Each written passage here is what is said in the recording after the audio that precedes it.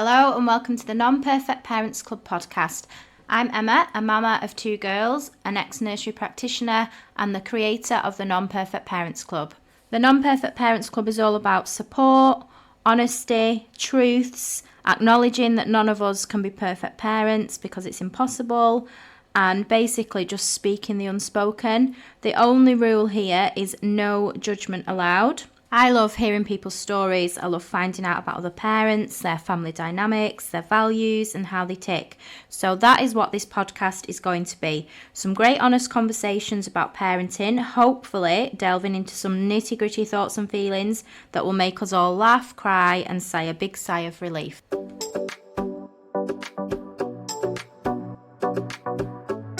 This episode is sponsored by Stingray's Swim School from 315 Health Club in Lancaster. Places are available for swimming with Stingray's Swim School at 315 Health Club in Lancaster now. With group lessons suitable for babies from 9 weeks old through to school starts and older too. And with flexible ways to pay. Your child can develop their water confidence and learn to swim whilst having a splashing good time. Find out more. Call 237 315. Drop into 315 Caton Road, Lancaster. Or message the Stingray's 315 Swim School via Facebook.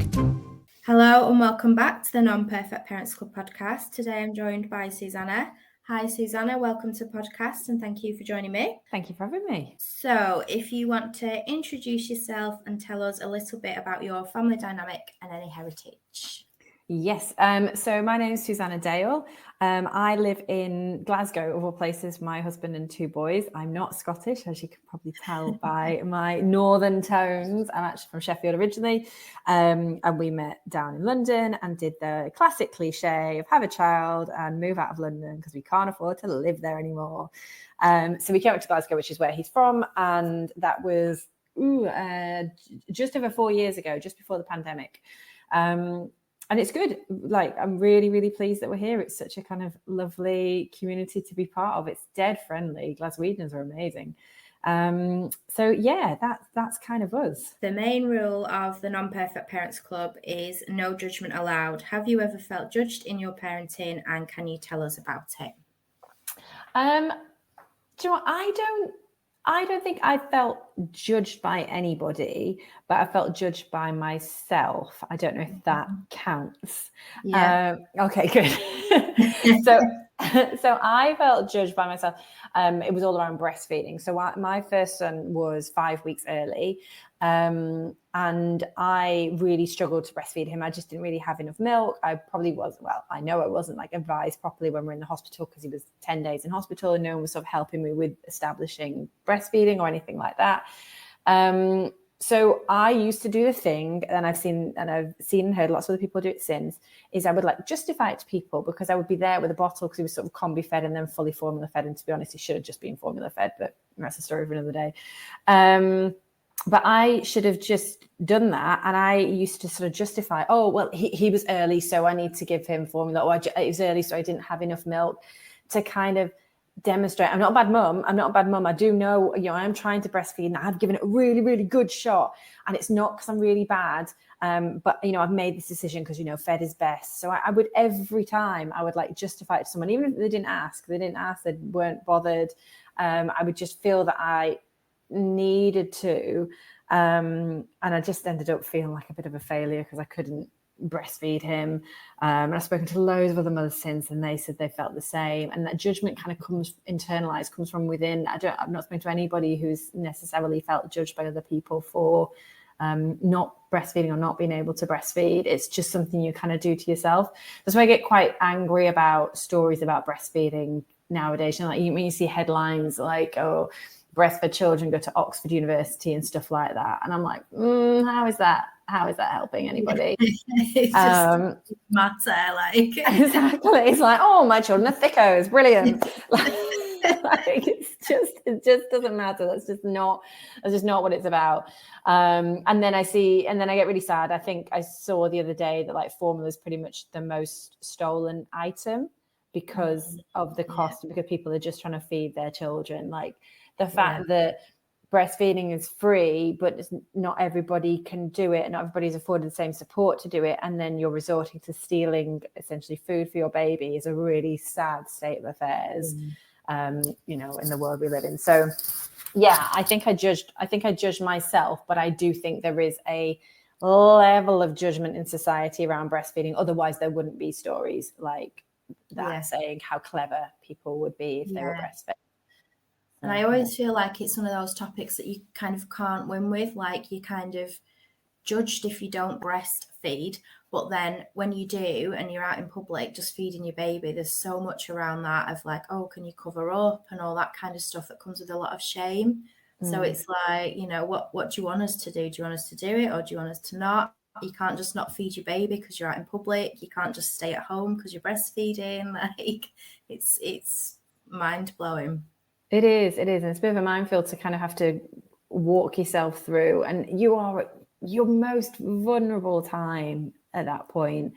So to not feel comfortable to feed your own child in whatever way ideally whatever way you choose, but sometimes whatever way you have to, is just kind of another blow to you when you're kind of struggling with that transition and working things out in general. So yeah, there's an undercurrent there, but no one specifically said it to me, but I definitely did it to myself. How do you feel about parenting? Good, bad? Has it changed you? Do you have any regrets?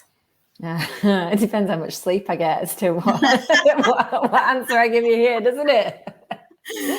How many times have I woken up last night? Yeah, no, do you know what? It has, honestly, it's completely changed me. And I think that's almost probably the biggest shock of parenting. I didn't realize how much I would change. I think naively, like a lot of people, you kind of think you just sort of continue your life. You know, there's going to be some change on that surface level. You know, you're going to get less sleep. You know, you're going to have a bit less time for yourself. But I don't think you realize just how deep it all goes and how it can just genuinely pull the carpet from underneath you, knock you sideways, punch you in the face, and then you kind of drag yourself back up again. And it's completely changed me. And I know you know this, and I've talked to you about this before, but the whole term matrescence, which is starting, I think, to gain a bit of movement for anyone that doesn't know. If anyone's listening, it means the transition into motherhood and the whole identity shift of motherhood, and that sense of sort of losing yourself and having to rebuild yourself again.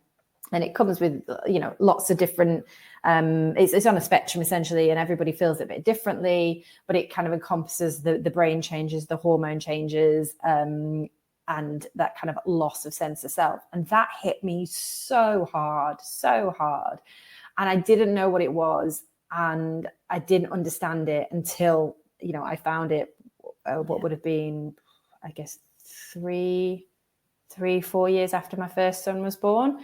And that was a complete change for me. And I think I was quite cavalier about going into parenting. I was a bit like, oh, well, you know, we're married and I would like to have a family, but I don't think I thought deep enough about it, about what that would actually mean for my life. And I didn't really do enough research. I just kind of went along with the whole sense of, oh, there's no point making that, you know, about the birth. There's no point making a plan because, you know, we'll just see what happens. And that, to be fair, that kind of came from professionals. That wasn't necessarily from me. Yeah. And I was a bit like, well, it's going to happen. There's no point scaring myself or anything. But actually, I really wish that I'd got some knowledge on it, that I'd educated myself around the birth and around what happens to you. Although in hindsight, I don't know. I don't think there was that much about the identity shift that was about before my eldest was born, which was 2017. Everything, when I found it, everything seems to come from maybe 2018, 19 onwards. So I don't think it would have necessarily been there. But yeah, there's been a real change, and I don't regret it, but I would probably have done things a bit differently, which I think you can always say with hindsight. And the newborn days for me in particular were quite hard because I was struggling with that, and I think I had some depression after my first one. And then we're in lockdown after the second one. So I do still feel not regret, but a kind of sense of grief that I don't feel like I kind of got the newborn experience that was maybe promised to me. Yeah. And that's expectations in reality, and nothing ever quite works out. And I'm sure the romanticized newborn experience that I've got in my head is not actually the reality of it. But there is a little bit of grief that I don't. I saw one of my neighbors out the other day, and their son's like 6 months old, and she's in the pram, and she's pushing the pram, and she's going off to a baby class, and she was telling me, I was checking in on her, and she was saying, get out, and we try and do a few things every week, and this, that, and the other. And I was just like, oh, that just so wasn't my experience. I felt a little bit jealous. So that was, I guess that's the thing. I feel like it's massively changed me.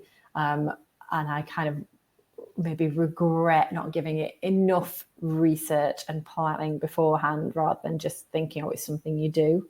Yeah, I think there is a lot where we're maybe kind of encouraged to just go along with whatever, though, aren't we? Like, we're encouraged to like trust the professionals, and it will be what it will be, and just kind of go along with that. But there is absolutely nothing wrong with doing your own research and kind of making sure that you kind of know what you want to know and that kind of thing. And again, like what you were saying about like the newborn stage, I feel like we're quite often sold a bit of a dream of this idyllic newborn baby bubble.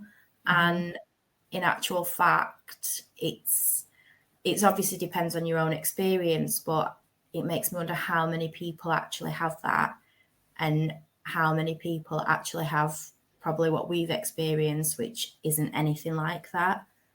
I agree. And I'm not really sure what the answer is.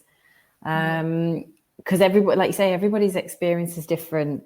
But I just think the more we can talk about it, the more we can talk about experiences, the good, the bad, the ugly, the funny, the everything in between, then the more we can see that there is no normal way to kind of experience like having a baby and going through, having a child and being a parent and all of that. Everything is different, and depends on who you are as a person and what your setup is as well. How much support you've got. That's a huge one.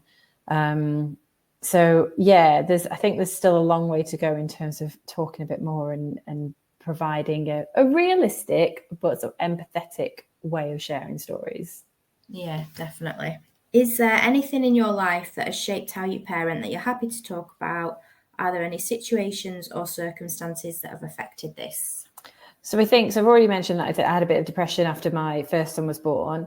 After my second son was born, I was very angry. Oh, I was really angry.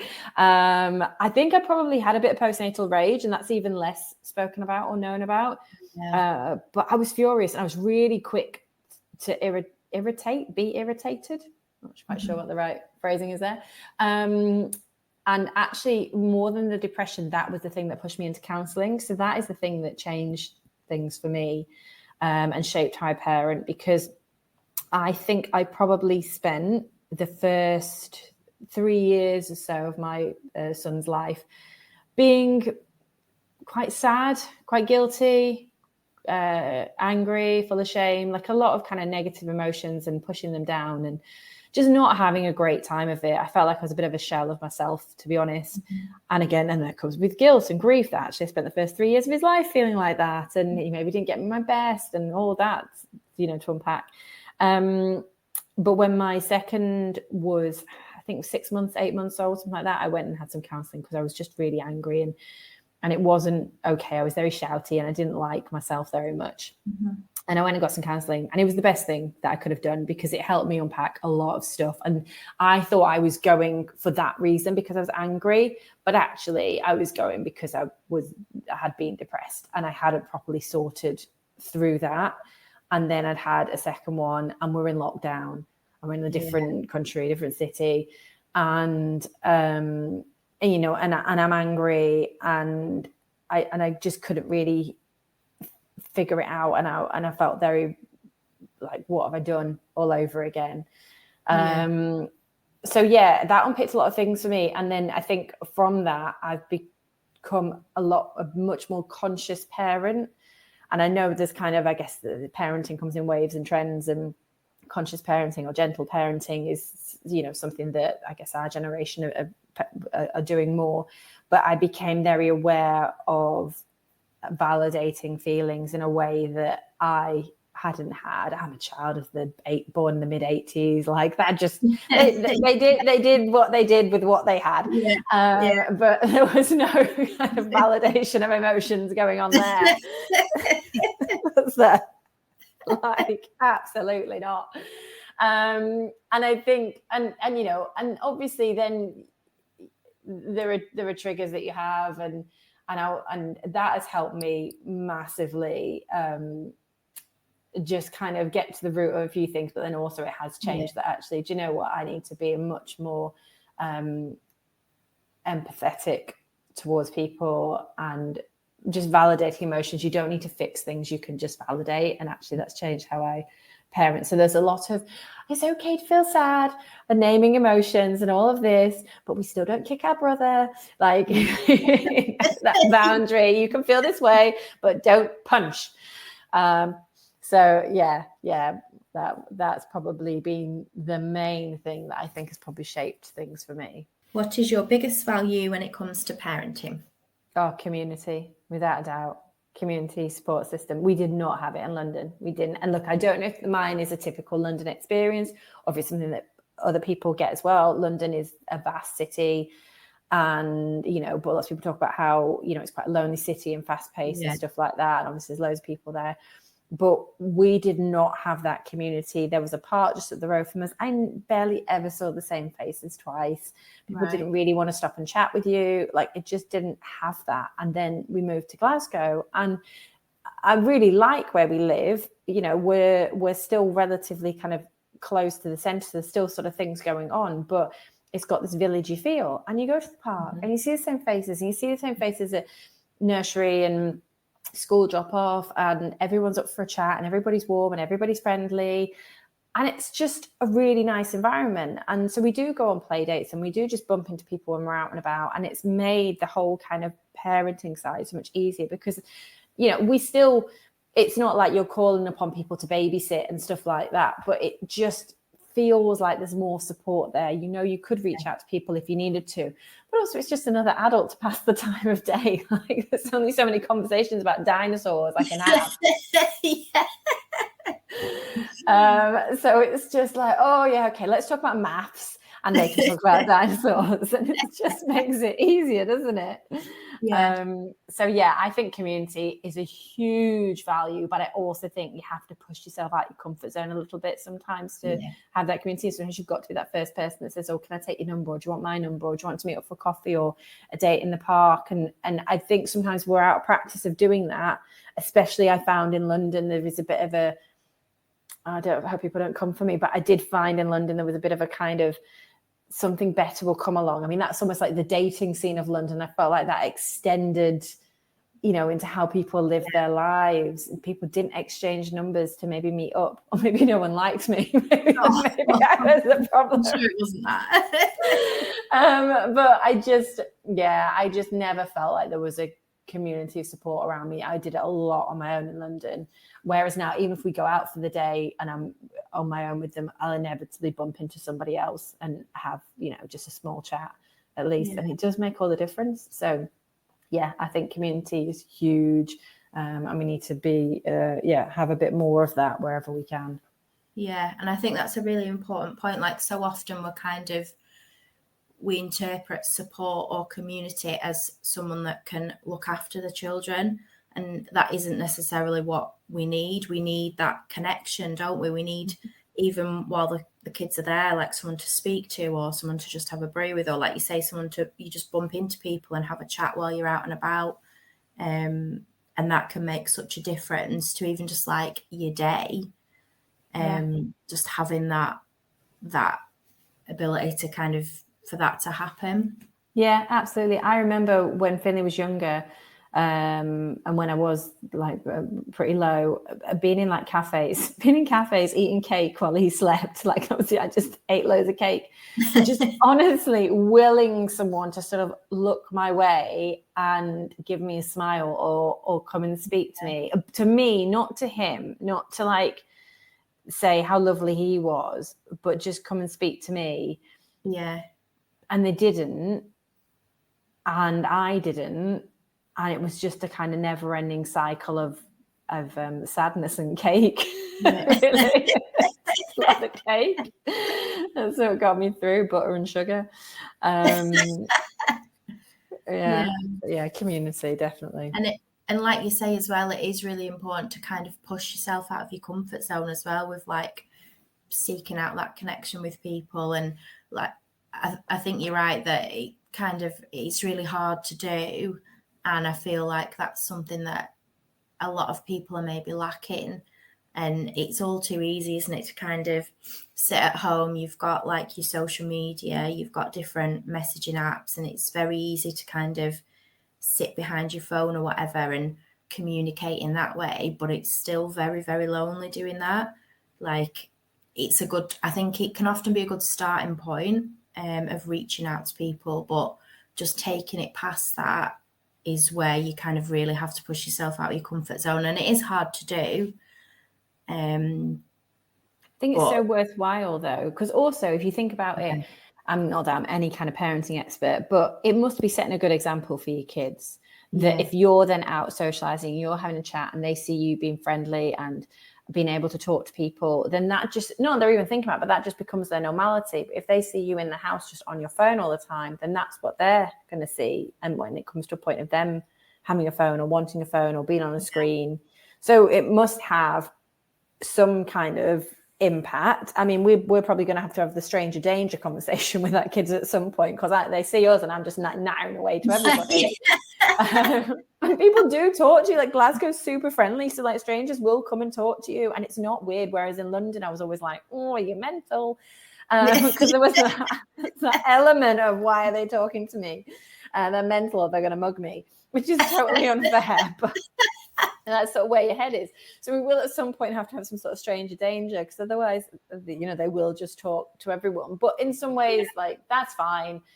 That's a conversation we can have. And for now, they're in a very safe environment. But I'd like to think it's a good thing for them to see as well, that we're out about. But honestly, where we are makes it easy.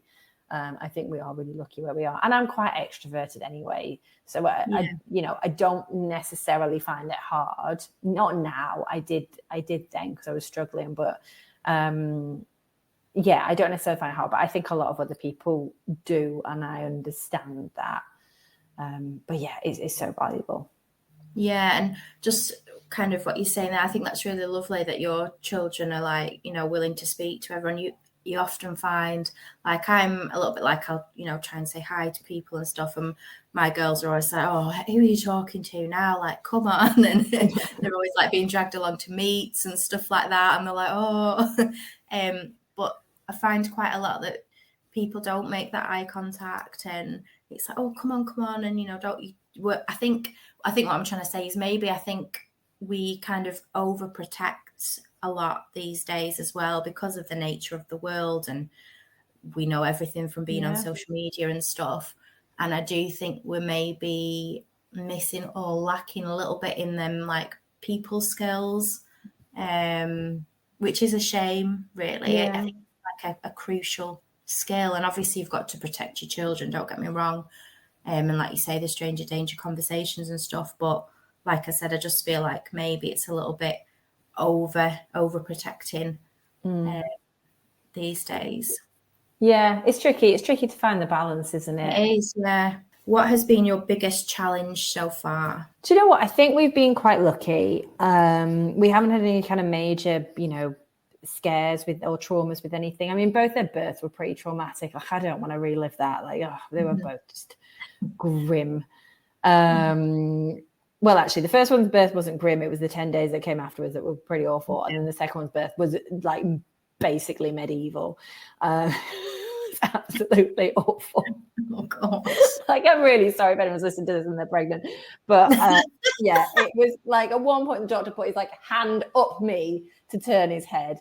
Like that is not what you want. It was grim. So yeah, so that was quite a challenge, that, and so that there was a bit of recovery from that afterwards. Yeah.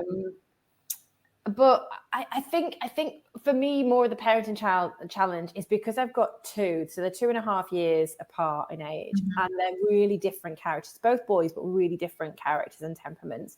And you can't parent them the same way, but you want to be equal to them.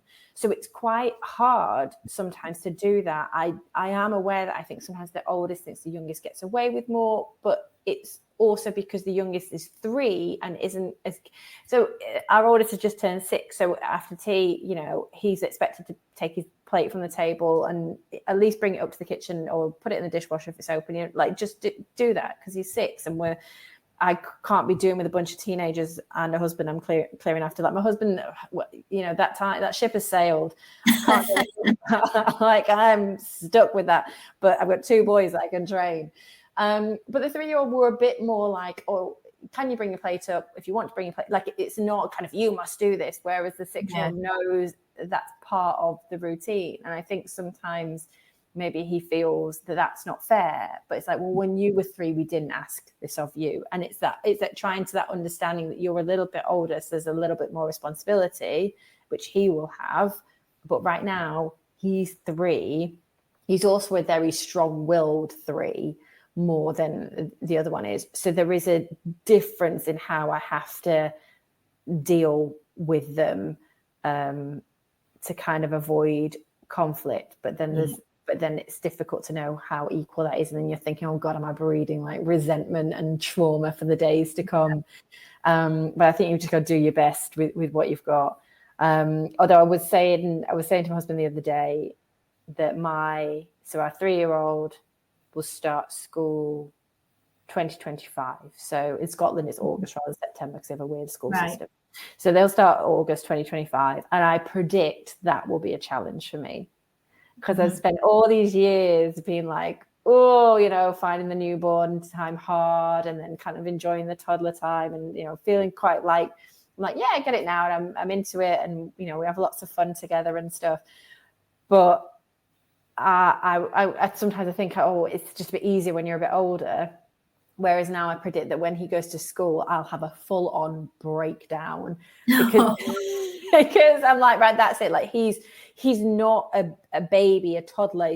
He's not that anymore. He's going to be at school, and I think that will be a challenge for me. And I'm going to have to like figure my way through that. Because I can see myself finding that quite hard in a way that I didn't imagine. Like if you told me 2 years ago, I would be like, oh my God, get them to school. But I can see it now, like crumbling at the school gates. So yeah, I think that will be a big challenge. But I think we've been quite lucky. I think going forward, you know, as they get older, I think there are bigger challenges coming our way in terms of mental health and phone use and social media and, you know, friendships at school and all of that kind of stuff. Right now, they're still so young. They're still almost like an extension of me, but they are starting to find their own lives. And I'm going to have to be outside of that. And you can't solve the battles for them.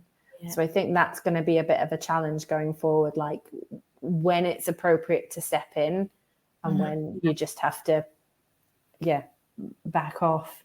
Yeah. And I think they're kind of all the challenges that no one really tells you about. You don't expect them. Like I had this conversation, I don't know if it's on the last podcast or a few podcasts ago, but we kind of said a similar thing because it's exactly the same for me, where we've got 2 girls, very, very different, and you've got to parent them completely differently. But you kind of have your first one and you crack on and you think, oh, right, you know, you're going through all the stages and stuff. And then the next one comes along and you kind of just step back into that, oh, I'll just do that. And then it doesn't work. And you're like, oh, right. What do I do now? And you kind of, nobody said to me that they'd kind of maybe anticipated that they'd be different, but not in the way that they are. and I had kind of no idea that I would have to parent at such opposite ends of how I have to. And then like the other challenges that you've mentioned, they're all kind of things that some of them, like you say, social media and mental health, they're all quite new challenges for parents really, in the way that they are now. And we're kind of like the first ones navigating through this, which is really hard. But yeah, it's the challenges that you don't often hear talked about, and it's like, why, why are you not warning us? I know. Well, I think you're right, though. I think it is because you're quite a new sort of, maybe not the first generation to go through, because obviously there's been social media for a bit, but I think with the first generation of parents to maybe realize the effect of social media. So now you're trying to protect your children, but equally that comes with not wanting to alienate them with their friends. So I'm sitting here like sitting pretty from a safe spot going, my kids are not with a phone. They are not having a phone until they're 16. Da, da, da. My kids are 3 and 6, so I can say that. I'm not navigating it with a 12-year-old. I'm just hoping that by the time, because I think secondary school is often the age when like kids get a phone, isn't it? I'm hoping by the time we get there, someone's like invented some amazing rule book, or I can just follow, or just all the parents in the world have made some sort of pact about it. So we'll see, but I think that is quite tricky to navigate, and I know there's quite a few things like going on within social media to help kids not have social media. There's the whole, what is it, child-free smartphone. Can't remember the name of it. Smartphone free childhood. Yes, that's it. Right? Yeah, I think so. Yeah, and I mean that's grown massively, and I think it was only launched like a month ago, and it's huge because I think it's such a genuine thing on parents' minds. And I think also having 2 boys, I'm very aware of like consent and, you know, treating women respectfully in a way that we would have accepted as normal. And you now look back and you go, oh my God, like, how was I in bars and clubs and some guys just grinding behind me? And I think that's okay. Like, it literally makes you feel ill. Like, just, I cannot imagine being okay with them doing that. But that was, you know, that was normal. And I'm sure as they get older, there will be things that are normal for them and then change. But I just think we're all as a society and as a generation a little bit more aware of other people and mental health and social media and all the effects. And we've got more research and more knowledge. But then with that becomes, you know, there's a bit more of an onus on the parents to take responsibility for stuff, because unfortunately the people that run these platforms aren't, and they don't care, and they're just out to make money. So it's kind of then left on you as like another thing to do without necessarily the information or the tools on how to do it, because it's so new, and you're also maybe slightly out of the loop of it, because there'll be all new platforms that spring up that are aimed at children or kids, teenagers, whatever, that you wouldn't necessarily use, but you've got to familiarize yourself with them to be able to understand the effect it might have. Like, it's another job. So I've totally massively deviated. I've gone into predicting challenges. What I predict will be a problem, rather than what actually is. I tell you what is a bloody challenge is how much money I'm rinsed for on dried fruit. Dried fruit is the bane of my life. Those sodding bear cards and bear paws, like, honestly, I must have spent so much money on these things just so they can get this bloody card that can be scanned into an app, but I can't throw the card away because they still want to have the card and they swap it with their friends. And the dried fruit must cost me about 5p to make and cost me like £2.65 for a pack of 5. That's my challenge. Well, I've not had that one before.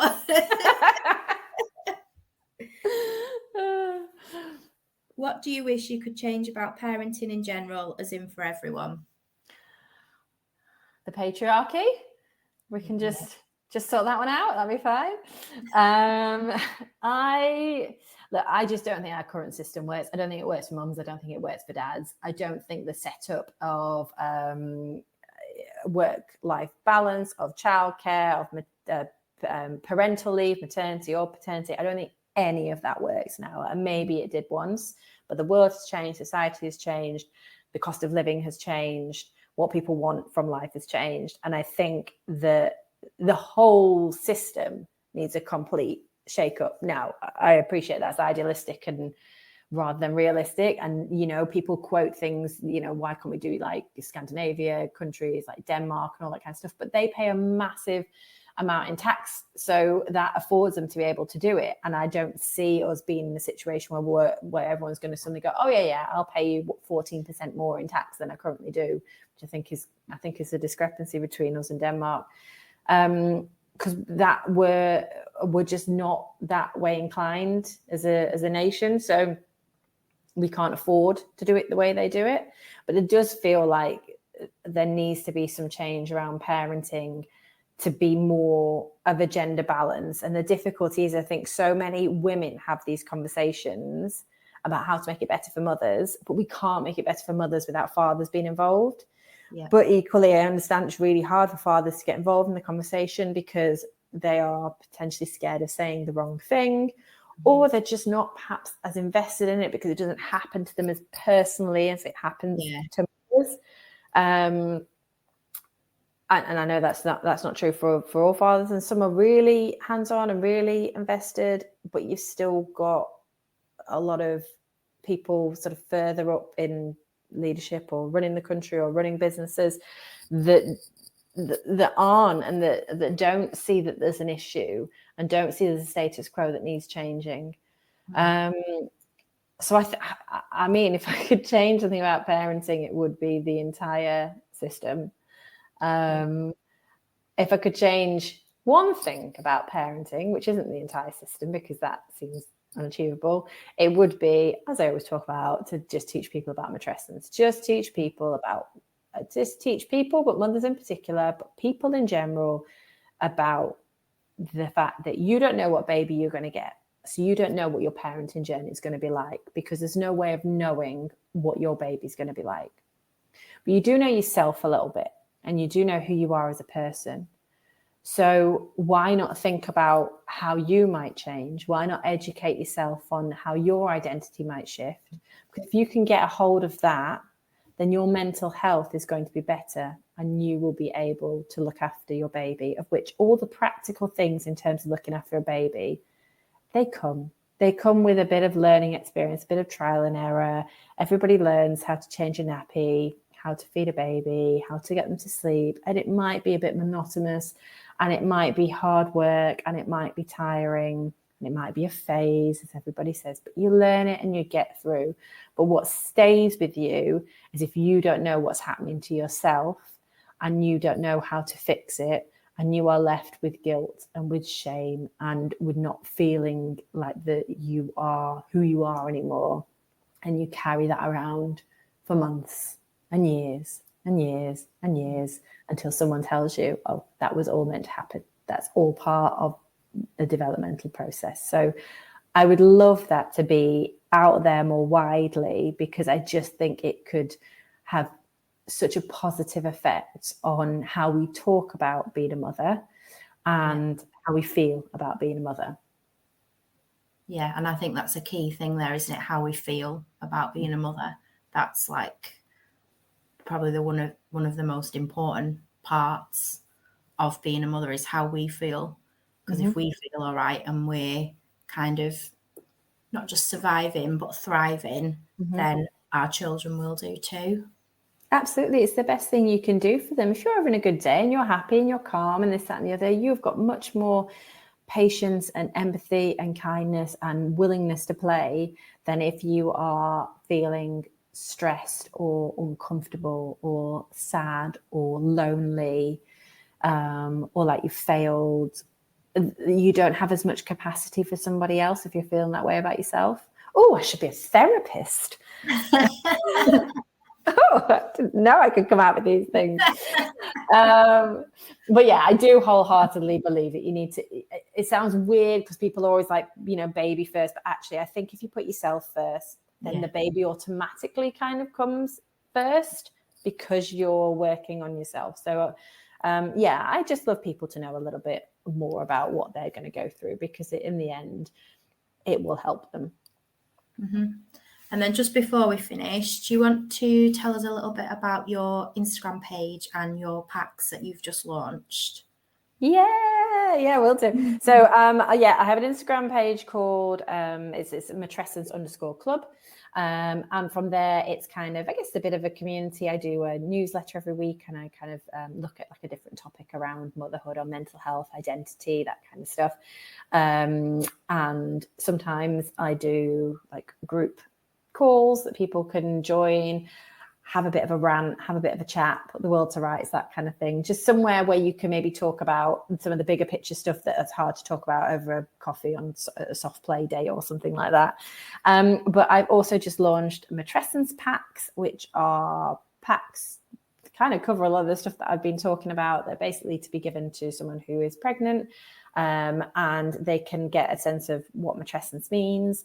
They can find out a bit more about the link between feeding and mental health, understand a bit more about what is actually normal in terms of what's happening to their brain and their emotions. It talks about the relationship with your partner and how that might change. And it's got a really solid support directory in there. And it also comes with a template postnatal plan, which is not something we do in the UK, but there's a study in 2020 which basically concluded that doing a postnatal plan lessens the incidence of maternal distress and postpartum disorders. So it's a really great thing to do, but we don't do them. And without a template to follow, it can feel really overwhelming, because especially if it's your first baby, is a sense of, well, you don't know what you don't know. So you're not really sure what should even go on it. So the postnatal plan covers some of the practical side of things, but also things to do with, anxieties and support and relationship and physical and self-care and things like that. So it's a really quite good, I think so anyway, a good, like a well-rounded plan that you can put together. That exists just to help people, give them a bit of education and a bit of support before they have a child, and they can refer back to it when they've got the baby, just to kind of help them feel seen and understood. And that's the facts. Amazing. If you've enjoyed this podcast, please don't forget to follow, share with other parents you know, and if you haven't already, please leave a review on the app that you're listening on. A new episode is released every Monday. Follow or subscribe to be notified when each new episode goes live. If you would like to be a guest on the podcast, please get in touch via any of my social media channels, website or email. Thank you, Susannah, for joining me on today's episode. It's been great to have you, and thank you to everyone for listening.